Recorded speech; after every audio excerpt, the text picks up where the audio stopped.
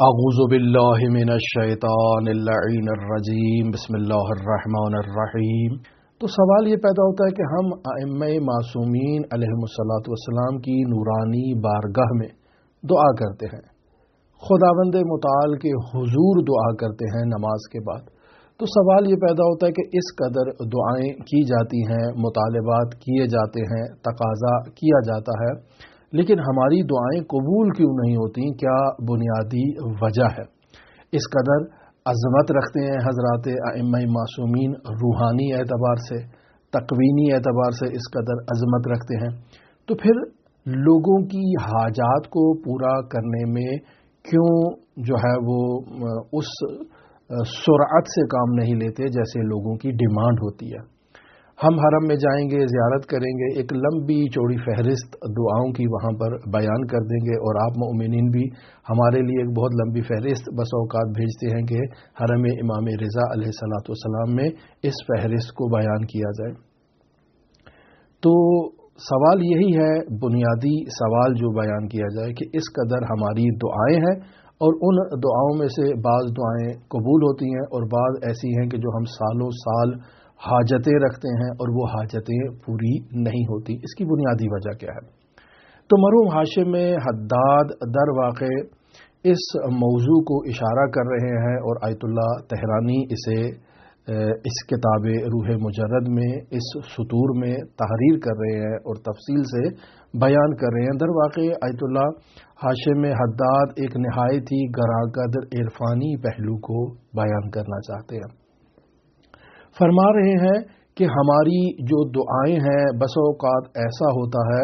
کہ ہماری دعائیں قبول نہ ہونے کی ایک وجہ یہ ہوتی ہے کہ ہم اپنے دل کی گہرائی سے دعا نہیں کرتے۔ یعنی ائمہ معصومین علیہم الصلاۃ والسلام کے حرم مطہر میں جائیں گے، دعا کریں گے، لیکن یہ دعا ہماری زبان سے ہوگی، ہمارے دل کی گہرائی سے نہیں ہوگی۔ عادتاً جا رہے ہیں، نماز پڑھ رہے ہیں، نماز کے بعد عادت ہے کہ ہر روز دعا مانگنی ہے، لہٰذا خدا کے حضور دعا مانگ رہے ہیں بطور عادت، بطور روٹین۔ اسی طرح امام رضا علیہ الصلوۃ والسلام کے حرم میں جا رہے ہیں، زیارت کی ہے، اور خداوند متعال کو امام رضا کا واسطہ دے کر بطور روٹین دعا مانگی ہے۔ تو اب روٹین کے مطابق جو دعا مانگی جا رہی ہے، دل کی گہرائی سے اس دعا کا تعلق نہیں ہے، لہٰذا وہ دعا قبول نہیں ہوتی۔ مرحوم ہاشم حداد یہ کہنا چاہ رہے ہیں کہ اگر انسان مضطر ہو جائے اور عوالم سے جہاں کہیں سے بھی اس کو اس کی حاجت روائی کی امید ہو، وہاں سے وہ اس کی امید قطع ہو جائے اور انسان باقی تمام سے مایوس ہو کر، مضطر ہو کر خداوند متعال کی بارگاہ میں، امام رضا علیہ الصلوۃ والسلام کی بارگاہ میں دست بے دعا کا بلند کرے اور تقاضا کرے کہ اس کی دعا قبول ہو جائے، تو ایسے میں اس شکستہ دل انسان کی دعا قبول ہو جاتی ہے۔ لہذا خداوند متعال سورہ نمل کی آیت نمبر 62 میں اشارہ فرما رہا ہے، بسم اللہ الرحمن الرحیم، امن یجیب المضطر اذا دعاہ ویکشف السوء، یعنی وہ بیچارہ اور وہ مضطر شخص کہ جو فریاد کرتا ہے تو اس کی فریاد کون سنتا ہے؟ یعنی امن یجیب، کون جواب دیتا ہے؟ کسے؟ مضطر کو، اذا دعاہ، جب وہ مضطر دعا کرتا ہے، ویکشف السوء، جب وہ مضطر پکار رہا ہے۔ تو مضطر ہے، تمام جگہوں سے قطع امید کر چکا ہے، اس اضطرار میں، اس بیچارگی میں، اس دل کی گہرائی سے، اس شکستگی کے ساتھ وہ دعا کر رہا ہے، تو بتاؤ اس دعا کو کون استجابت کر رہا ہے؟ وہی ذات ہے کہ جو اس دعا کو قبول کرتی ہے۔ تو اس آیت سے اس بات کا بخوبی اندازہ لگایا جا سکتا ہے کہ اگر انسان دل کی گہرائی سے شکستہ ہو کر دعا کا مطالبہ کرے، اضطرار کے ساتھ دعا کا مطالبہ کرے، یعنی اسے یقین ہے کہ کوئی اور اس دعا کو قبول نہیں کر سکتا، یہ مضطر ہو کر دعا کر رہا ہے، تو کون ہے جو اس دعا کو قبول کرے گا؟ وہ خداوند متعال کی ذات ہے، وہ علی ابن موسیٰ رضا کی ذات ہے کہ جو خداوند متعال کے خزانے غیب سے بإذن الہی اس دعا کو قبول کرتا ہے۔ لہذا انسان اگر دل کی گہرائی سے دعا کا تقاضا کرے تو وہ قبول ہوتی ہے۔ بس دعا قبول نہ ہونے کی بنیادی وجہ ہمارا دل سے دعا نہ کرنا ہے، جس وجہ سے وہ دعا قبول نہیں ہوتی۔ دوسری وجہ جسے بیان کیا جا رہا ہے وہ یہ ہے کہ ہماری اکثر دعائیں ہمارے ذاتی مفادات کی خاطر ہوتی ہیں، یعنی ہم اپنے فائدے کو مد نظر رکھتے ہوئے دعا کر رہے ہیں اور ہماری دعائیں ہمارے ذاتی فائدے کے لیے ہے۔ اگر یہ دعا مستجاب ہو جائے جو ہمارے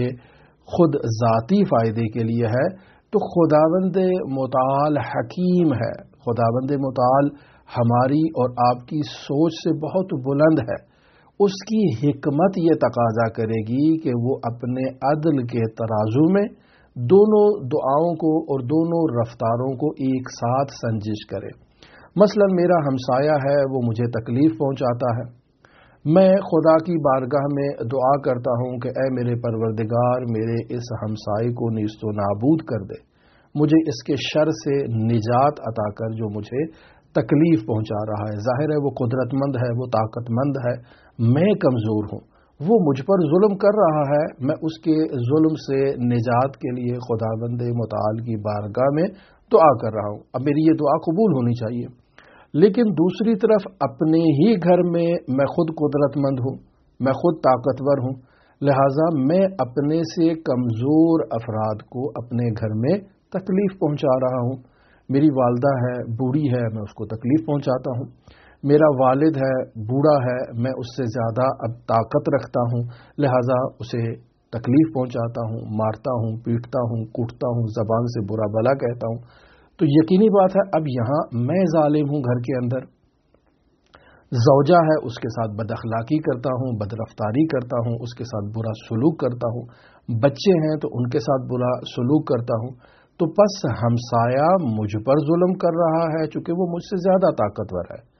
میں اپنے گھر میں موجود افراد سے زیادہ طاقتور ہوں، لہٰذا میں اپنے گھر کے افراد پر ظلم کر رہا ہوں۔ اب ایسے میں اگر ہمسائے سے نجات کے لیے خداوند متعال کی بارگاہ میں دعا کروں تو خداوند متعال کے عدل کا تقاضا یہ ہے کہ دونوں ظالموں کو نیست و نابود کرے،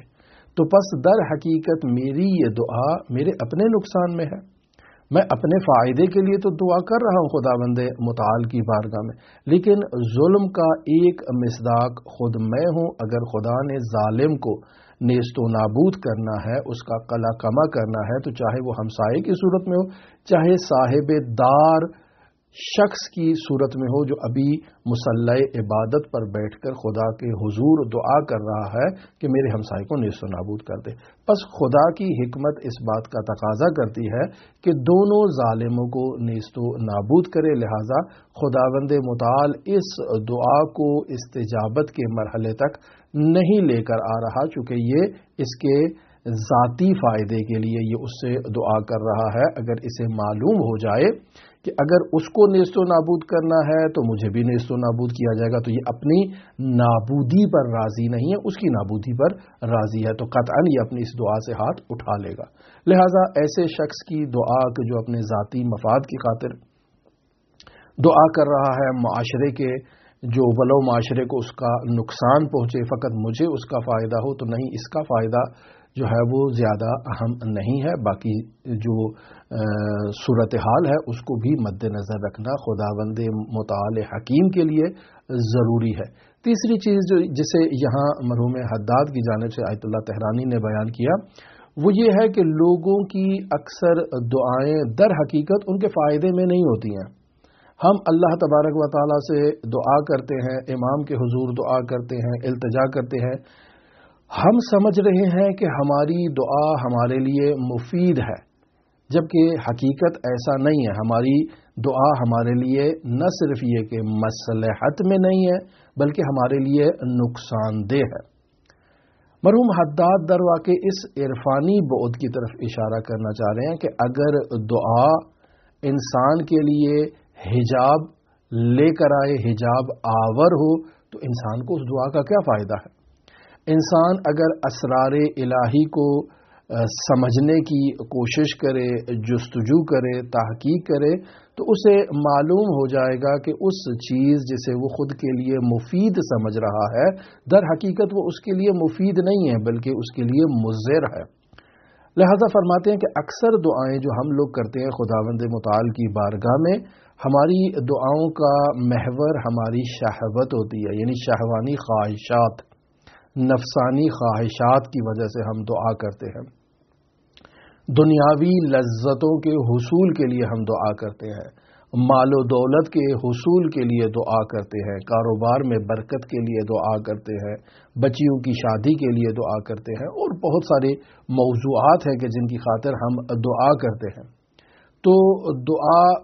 قبول ہونے سے اگر ہمارا ذہنی سکون سلب ہو جائے اور ہماری دعا قبول ہو جائے تو اس دعا کی قبولیت سے ہم مزید مشکلات میں مبتلا ہو جائیں گے۔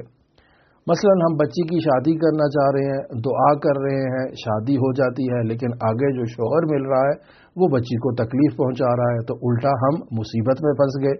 تو بہتر تھا کہ یہ دعا قبول ہی نہ ہوتی، ایسا شوہر ہی نہ ملتا کہ جو بچی کو تکلیف پہنچائے اور ہماری مشکلات میں اضافہ ہو۔ پس مصالح کو خدا بہتر جانتا ہے کہ اس وقت اس بچی کے لیے کیا مفید ہے۔ ہمارا تقاضا کرنا، ہمارا دعا کرنا در حقیقت اس بات کی طرف اشارہ کرتا ہے کہ ہم خدا کو یہ کہنا چاہ رہے ہیں کہ اے خدا، تو بھی مصلحت جانتا ہے، میں بھی مصلحت جانتا ہوں، لیکن میری مصلحت شناسی تیری مصلحت شناسی سے زیادہ ہے۔ اگر انسان اس چیز کا اعتراف کر لے تو یہ خود خداوند متعال کے حضور اعتراف جرم ہے اور کفر ہے کہ انسان خداوند متعال کے حضور خود کو لا کر کھڑا کر رہا ہے اور خود کو اس کا شریک قرار دے رہا ہے۔ لہٰذا بس اوقات ان چیزوں کو مد نظر رکھا جائے کہ اگر ہماری دعا قبول نہیں ہو رہی تو اس میں ایک اور بڑی مصلحت اعظم موجود ہے کہ جس کی خاطر خداوند متعال اس حاجت کو قبول نہیں کر رہا، بلکہ ہمارے دنیاوی نفع میں ہو۔ اللہم صل علی محمد و آل محمد وعجل فرج قائم آل محمد۔